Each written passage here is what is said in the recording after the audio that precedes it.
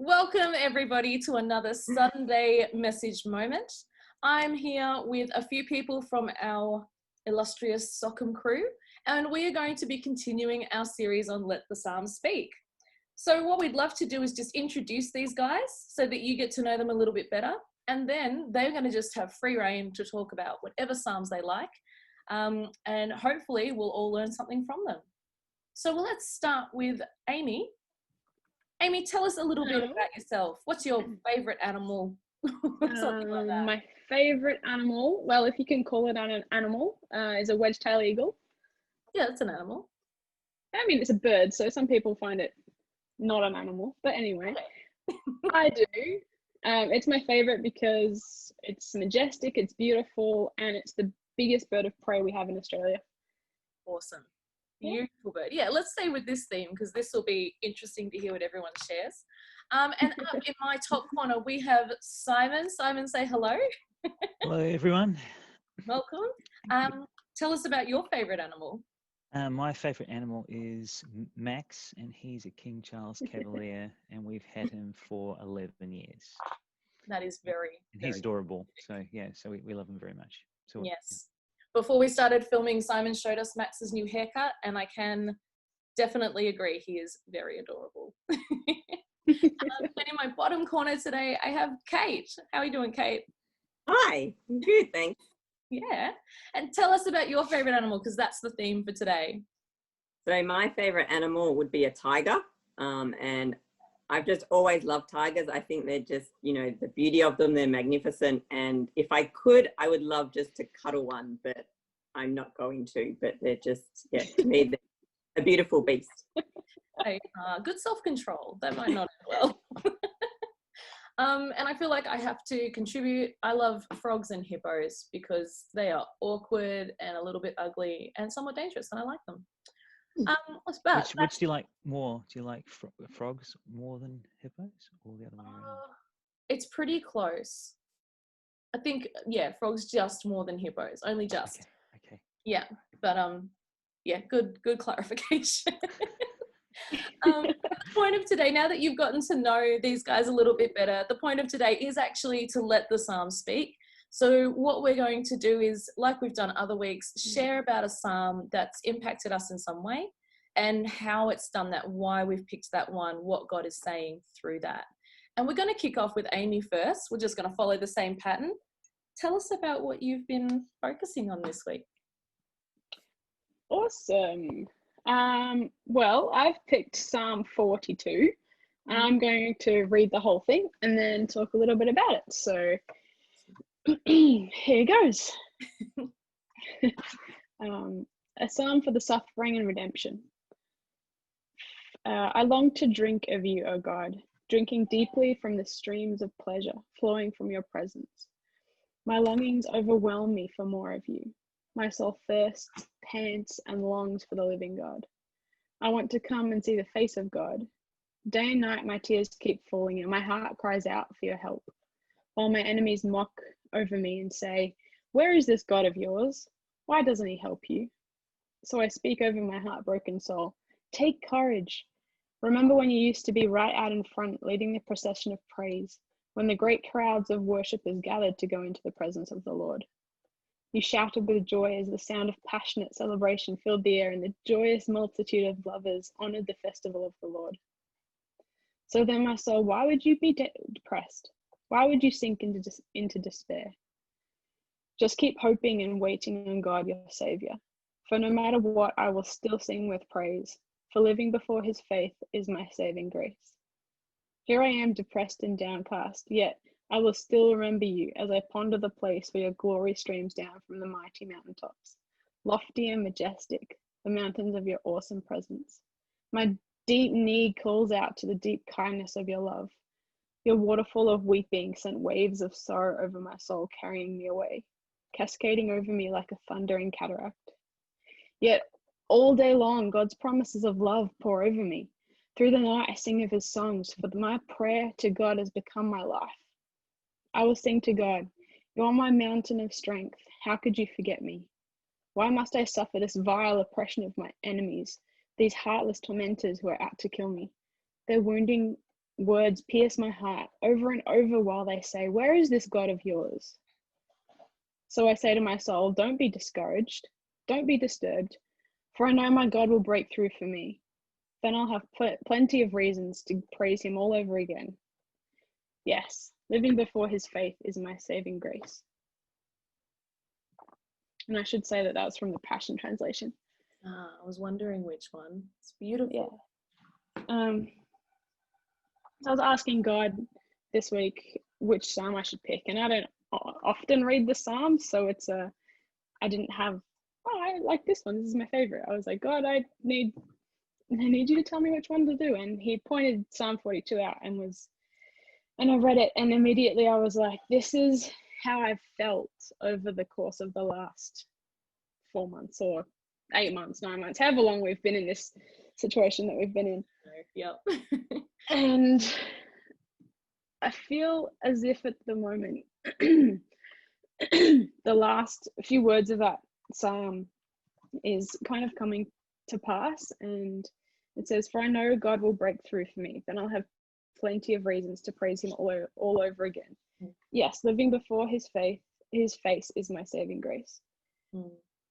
And I think over coronavirus and being in lockdown and not having many reasons to have a lot of joy or a lot of hope in things that I can do, or in government, or in people who should know what they're doing, and it doesn't seem like it. But I do have something and someone that I can look to, and who is my saving grace. But the pain and the suffering of the people that we've seen around us, and the depression that's going on, and the amount of tears and heartbreak that friends have been through, or I've been through, where I'm just like, God, I keep crying out to you and it seems like nothing is changing. And yet now something is changing, and it's like we've crashed through that cave into a brilliant open space. Yeah. And I don't know what it's going to look like from here on into next year or the year after, but I know that one thing remains the same, that God is the same, and he will be the same, and he has been the same. Yeah. And I just take a lot of hope and peace from the fact that I can go before someone who is the same and doesn't change no matter what is going on around me that is changing. So I think if Joe asked me to think of something to leave with you, and that's just to sit with God and remember the good things that have happened over the course of this period, the triumphs, and not just the things that have hurt or been difficult, but the things that you've succeeded in, or that you've done that you didn't think were possible. And then be excited for what God is going to do in the next period of time, whatever that looks like. That's really good. It's very true, isn't it? Our circumstances and the people that are around us right now, there hasn't been heaps of cause for celebration. It's so interesting that God led you to this psalm in the week where there has been that huge change from our lockdown situation. The government has been saying different things. There's sort of been a whole shift in our entire state. So it's so interesting that you've been led to that psalm and can see the way it goes through that story, the story that you've been walking through over the past. Yeah, very much so. However many months we've been doing this. That's so good. Thank you, Amy. Welcome. Yeah. And we'll go to Simon, and we'll get you to share about your psalm as well. And we'll come back together and reflect a little. Tell us what you've been focusing on.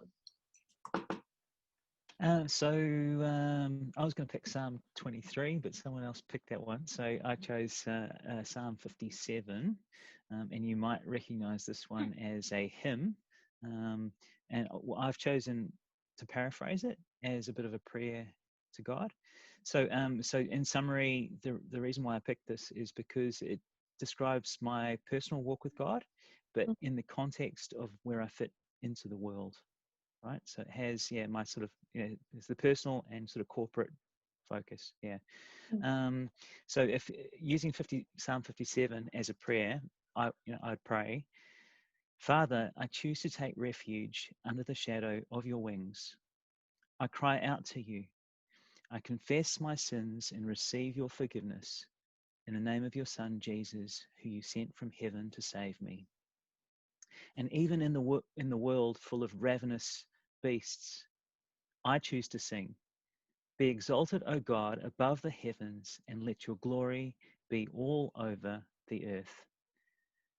O Lord, may my heart always be steadfast in you. May I never stop worshipping with my guitar, singing, awaken my soul and awaken the dawn. May I always praise you among the nations, and may I always choose to recognize how great is your love and faithfulness, even to the heavens. For you alone are exalted, O God, above the heavens, and let your glory be over all the earth. Amen. So I hope that you can pick up the personal and the world context in there. I think we were created to worship God, in relationship with him. And I think that in order for us to be Jesus' hands and feet in the world, we need to start with our personal relationship with God, or our worship with God, and that needs to be really solid first before we can give out of that and to the rest of the world. So so that's been a challenge to me, and the thing I want to leave you is to always exalt the Lord and let his glory shine all over the earth in your personal walk with God. So so there you go. There was a couple of personal things. Guitar is definitely in the Bible though, isn't it? Well, it was lyre in the verse. I've adapted it slightly to make it more personal. Yes. Very, very good. Thank you for sharing that, Simon. I love listening to, because we don't actually really communicate much beforehand when we're filming these about what Psalms people are bringing. And if you've seen our little bit of communication, you would know that we've had a couple of changes in the lead up. So everyone's arrived with a real, whatever God's going to communicate today, it's what God willed, because there hasn't been like hours and hours of planning what each of us are going to say and how it's going to interlude. And it's always so interesting to me how the verses start to connect. So when we start to hear you guys read these through, or your adaptation, the connection of, there's such language of longing in both of those Psalms. There's such language of adoration for God, despite circumstances.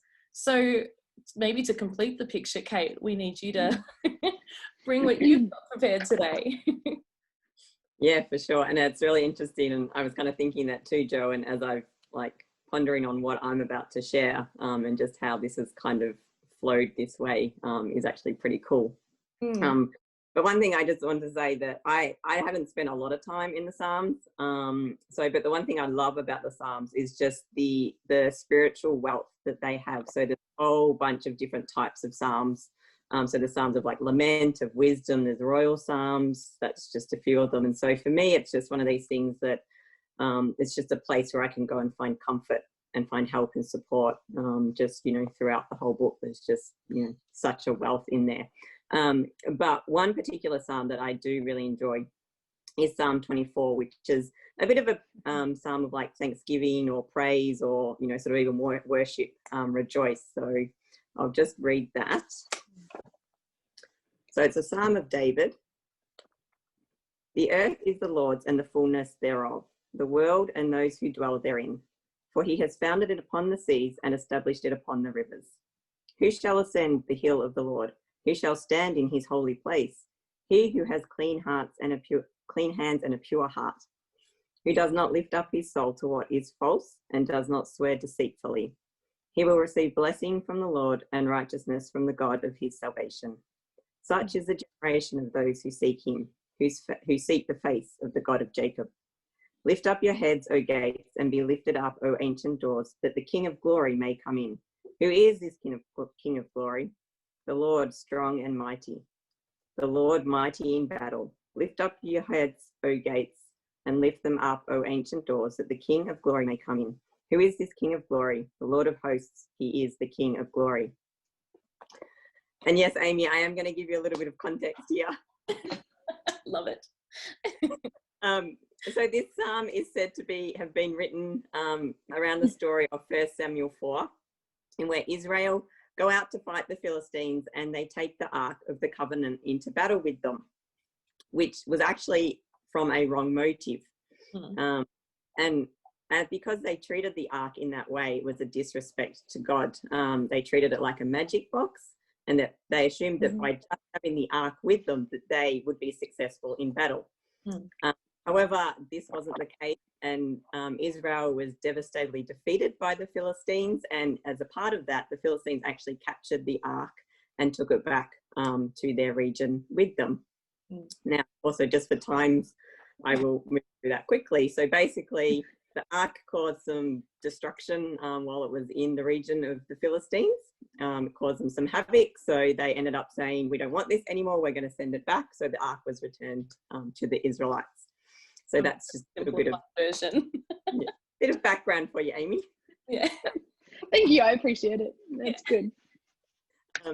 But so for me, I actually did write down some notes because the Lord's been really speaking to me the last couple of days. Just particularly on this. So there's a few things that for me within this, that it just really speaks of the magnificent reign of the Lord. So it starts with just basically saying that he is over all the world, he reigns and he rules over everything. But it also then reminds me that to come into the presence of the Lord is no small thing. And for the Israelites, they knew this very well, that potentially also meant death in coming into the presence of the Lord in the wrong way, and to see his face was potentially led to death. And so for me, it just reminds me of how much I want to come to the Lord with right motives and in the right place. And it's not out of selfish gain for myself. So I really want to have my eyes focused on the Lord. And it's all about him. So when it speaks about coming with clean hands and a pure heart, this is talking about our external and our internal motives as well. So it's not just in the things that I do, but it's from a correct heart posture that I want to come into the presence of God. And so sometimes, we can, even while we're, believing and living for God, we can sometimes put him sort of over into the corner of our life, particularly when things are going well and there's no sort of major issues in life. We're all good and, God's over there. And it's in those times of crisis, kind of like, I guess, what we've been living through, that we then sort of pull God back out of the corner and say, okay, Lord, what's going on? Like, I need your help me now. And for me, that's just coming from almost a wrong place in a way. Like, I always want him to be number one. I want him to be center of my life, no matter whether I'm, everything's going right for me, or whether I'm, sort of facing some sort of crisis, that, my focus is on him. And I can always, be able to come into his presence, coming from a pure motive and not out of sort of selfish gain of trying to win a battle or a victory by using him as a magic box. I never want to treat him in that way. So I guess particularly through this season too, I've been reminded of that, and making sure that I always put God as number one, no matter what. But it also reminds me that, he is in control. He's in control of everything in our world. And it talks about, the Lord upholding the universe. And so, especially at a time like this, when, we don't know what's going on. I can't understand what is going on in the world, to be honest. It just seems like it's out of control. But even though I can't understand it, I still have comfort and can trust that the Lord is in control. He knows what's going on, and he, has the whole universe in his hand. And to that, it just brings me comfort just to say that he is the King of glory. So that's my psalm. Well done. Thank you for the context on that. We've been, Kate and I are both in the young adults group, and Amy joins us occasionally. We've been working through First Samuel. If you would like to supplement your reading, it is a trip. There's a lot in there. So breeze over that little story so quickly. You did that really well. Yeah, it's rats and tumors and death. Oh my. Yeah. It's that side. Yeah, we won't get into Samuel. That's a whole different thing. But again, with your psalm, like we're seeing this pattern of seeking and putting God, in the right place, having the right perspective on where he is in his role in our lives, and also in our circumstances and what we're experiencing. Yeah. And I think it's so easy to get caught up, you know, in that way of, especially when things are going well, you know, we just think that, oh yeah, you know, I can do this. This is great. I'm just sort of going on my journey. And, you know, for me personally, if I'm honest, there are times where I probably just put God to the side because everything's good. And then suddenly something goes bad and I'm like, God, where are you? Come on, you know, help me. I need you. And, you know, I don't want my relationship, you know, to sort of be like that. I always want him, you know, to be there at the front. So, yeah. Although, Simon, you touched a little bit on how putting God first and seeking him earnestly is so important for reaching out to other people. And in times like crisis, like what we've had, I think there's a lot more people asking, well, who is in control of all of this? Did you want to speak to that, Simon? Yeah, so part of letting God's glory be all over the earth, right, is to realize that it's not just all about us, and at this time we can focus a lot on ourselves and think, you know, because we're kind of shut up inside our own houses and rooms, and we're spending a lot of time with ourselves. So it's sort of easy to focus on ourselves, I think. But in order for God's glory to be exalted over all the earth, we have to kind of get out there and make his name known, right? Yeah. So it's a real challenge to reach out to other people. And one of the things that Sockham has been doing is it's been coming up with, it's making us think about ways that we can practically reach people. So so talking to getting to know our neighbours. I've got new neighbours. You know, they're giving me grapefruit. We're giving them limes and lemons, and they've got young kids, so we're going to give them a swing set too soon. Yeah.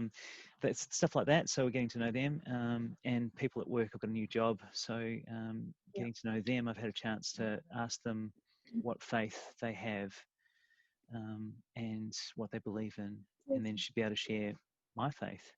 And then one of them has actually said, "Can we join in on your YVV community page on Sunday?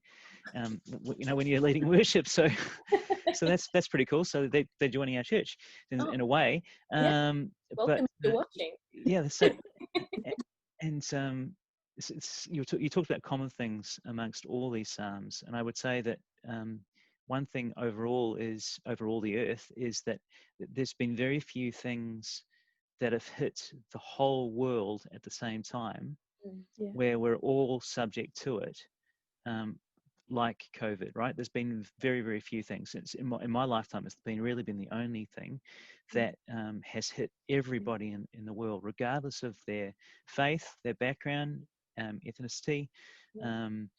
We've all come under it, right?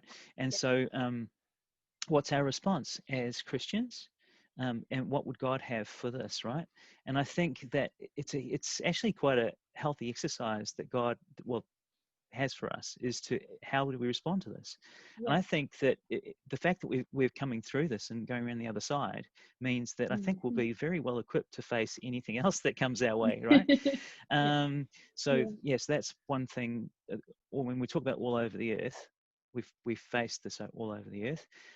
In terms of what Amy and Kate were saying, I see context and truth and not being wishy-washy as very common themes, and God and in God's context is huge, right?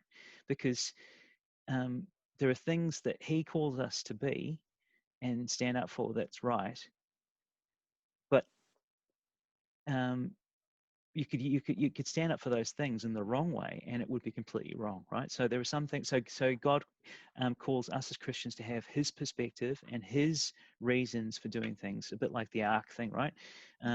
Like the ark was a winning strategy for the Israelites, but because they did it the wrong way, it caused them to fail. Yeah. So it's God calls us to continually seek Him and be reminded of doing things for the right reasons in the right context.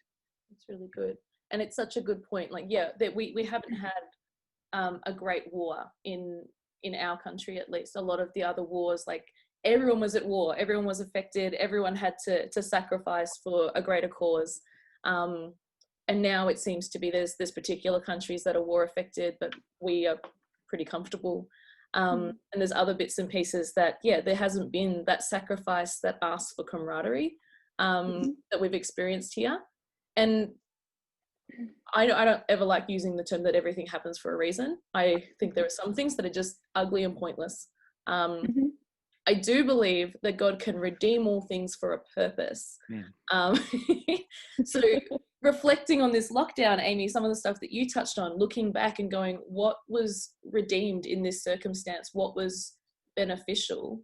I think is a really great way to approach it. I know that I don't have neighbours giving me lemons, which is rude, or passion fruit. But for the first time ever, so I live in a house with my mum at the moment. We've had this house since I was 3.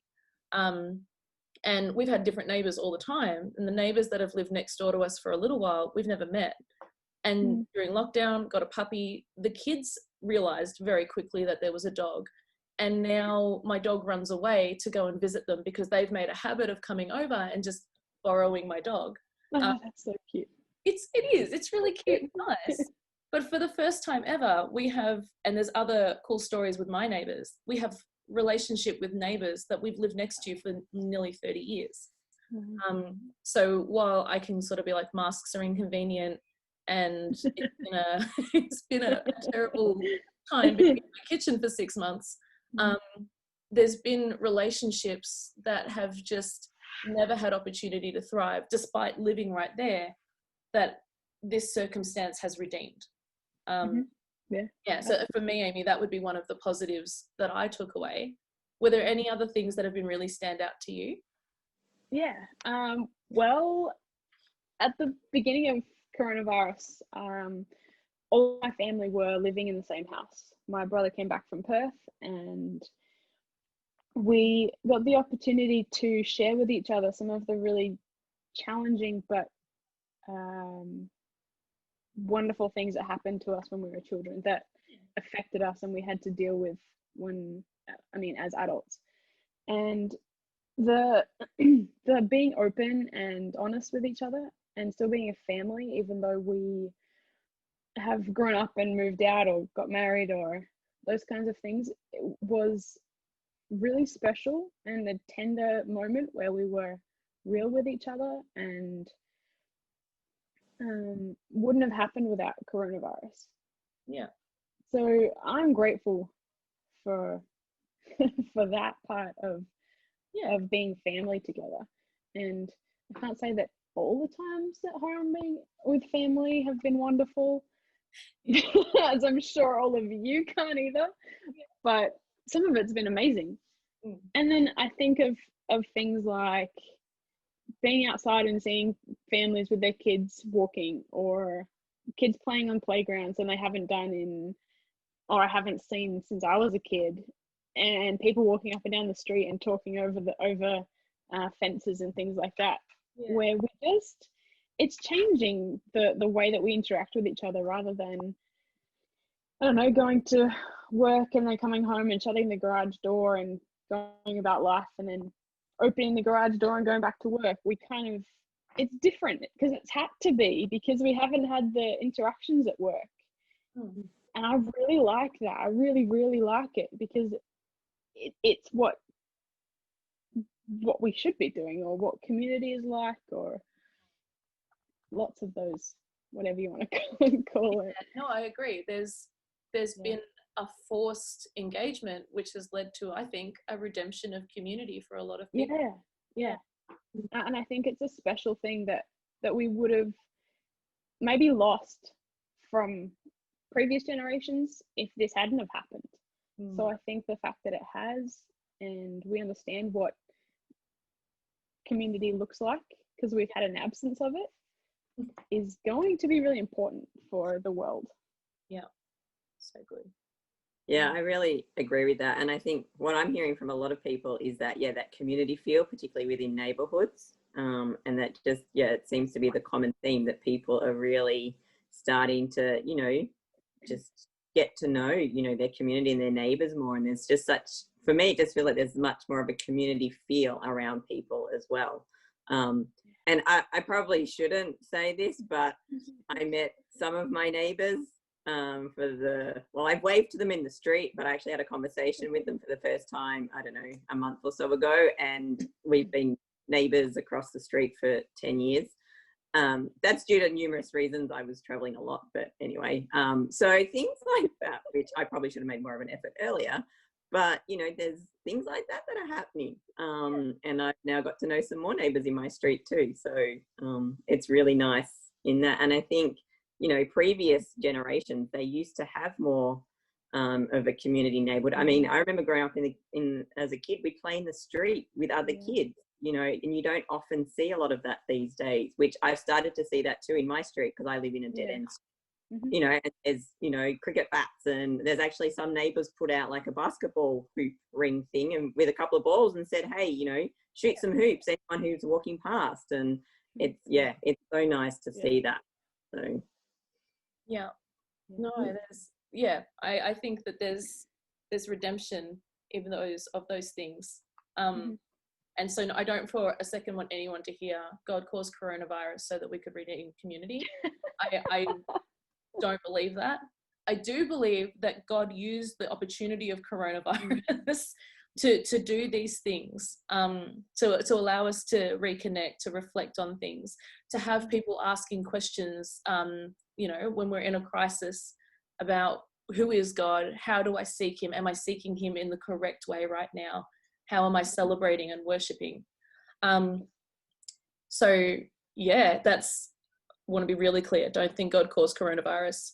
Do think he's using it to redeem community and other kingdom things through it. just to be clear. On that note though, I am aware that we have had, what did we call it, release day, like on Wednesday. Everyone was able to go out of their houses and connect a little bit. I was able to buy toothbrush heads. I was so excited. Very clean teeth. My teeth are so clean. Oh, it's amazing. What were they like before? Because I was using a manual toothbrush, okay? Right. I didn't just go and brush my teeth for lockdown. Go old school. Yeah. No, I brushed my teeth. I'm just excited to be able to use my electric toothbrush. That wasn't the point of what I was going for. What I was gonna say is that on this Sunday, we're actually able to go and continue engaging a bit more with other people. So we might wrap this up so that people can go out, enjoy their long weekend, engage with the people in their community, with their families, any of those things that God's redeeming. But if you stay tuned for this next little part of the video, we are going to put up some reflection points, the message momentum. So if you didn't grab notes while we were speaking and these guys were just dishing out their pearls of wisdom for you, there'll be some notes at the end. Grab a cuppa, contact a friend, do your community thing, enjoy your message momentum, and enjoy your long weekend. We'll catch you next week. See ya.